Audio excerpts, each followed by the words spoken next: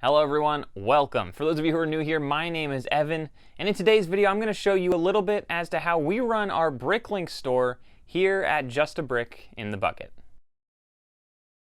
The BrickLink process really begins at Walmart or any sort of online clearance store or in person where we're able to find Lego sets on clearance or at a great deal, so they part out for at least 3 times the price.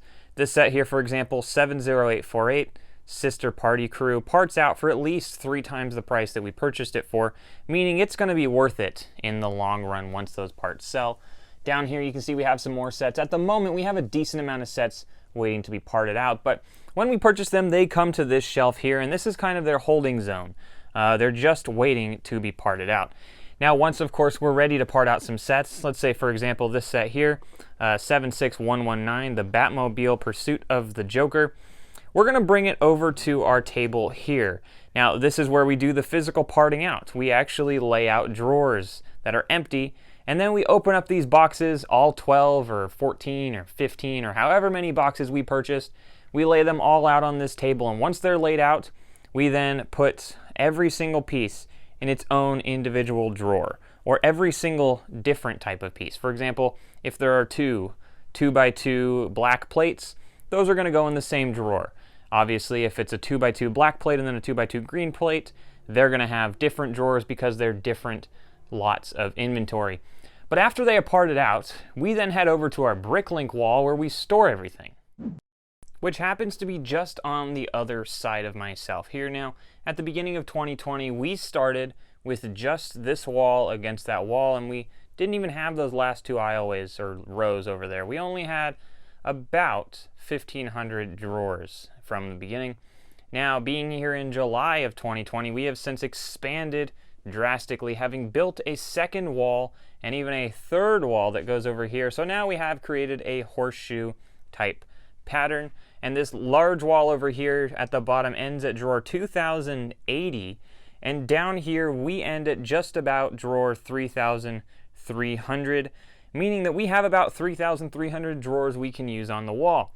Now, if you're able to see at the moment, these drawers do not have stickers on them yet, meaning about 1,200 drawers are open and available and not yet even labeled because we haven't had to use them, though our part out shelf is starting to fill up, so we will get to use some of those drawers coming soon.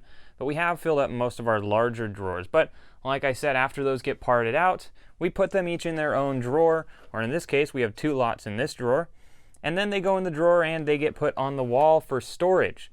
Now of course when we're parting them out, we mark what drawer they are in. So for example, that is drawer 1387. So when we get an order at our picking station, we're able to know where we're supposed to look for that part. In fact, let's head over to our picking station right now. The picking station is right here, just next to our main wall, where we can easily pick an order and see what should go in the order and pack them in these small little bags that we have here. Now usually we could access BrickLink, except at this exact moment maintenance is in progress, so we can't actually show you an order. But generally how this would work is, let's say for example we were going to get a couple 2x2 white slopes. It would, for example, say those 2x2 white slopes are in drawer 322. So we're going to head over here to drawer 322, and we're going to grab out however many are on that order. Let's just say, for example, we have 2. Now, once we're done with these pieces, they go here to our tray, where we lay out all the parts until we're ready to bag them. We do have 2 different shipping options. You can either have standard shipping, which has every part in its own bag, or you can have eco-friendly shipping, which has a slight incentive because it is slightly cheaper, where we'll bag multiple parts together in the same bag. Now, obviously, once these bags are all picked, we do stick them over here in this bin, and we'll put a piece of paper in there with the label on it for who that order's for, and we'll pack all our orders for the day before we box them up at our shipping station.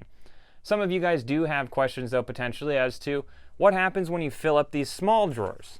Well, if we had so many 1x3 plates there that we needed to get a new drawer, we could fill it up in this large drawer here. We could add all of them to here. And then what happens when we fill up this drawer? Well, that's where we start to get creative. We then have these pick-a-brick cups up here, and this is where we fill up spots that have too many parts that don't fit inside of one of these larger drawers. Now, what happens if we fill up a pick-a-brick cup?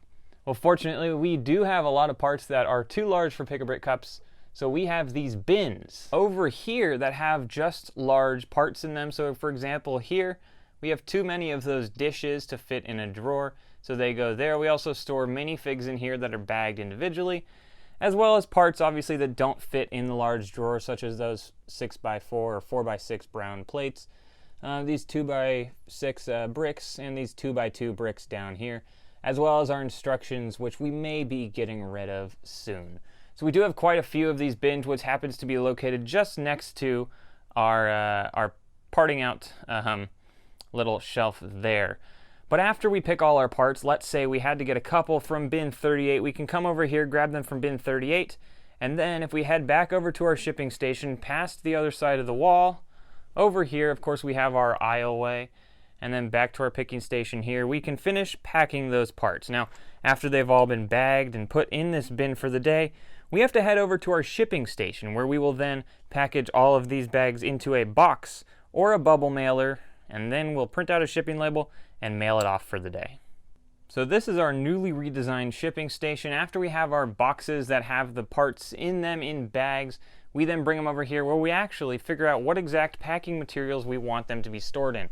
So right now we have this nice kind of little sorter down here that sorts all of our mailers and our boxes.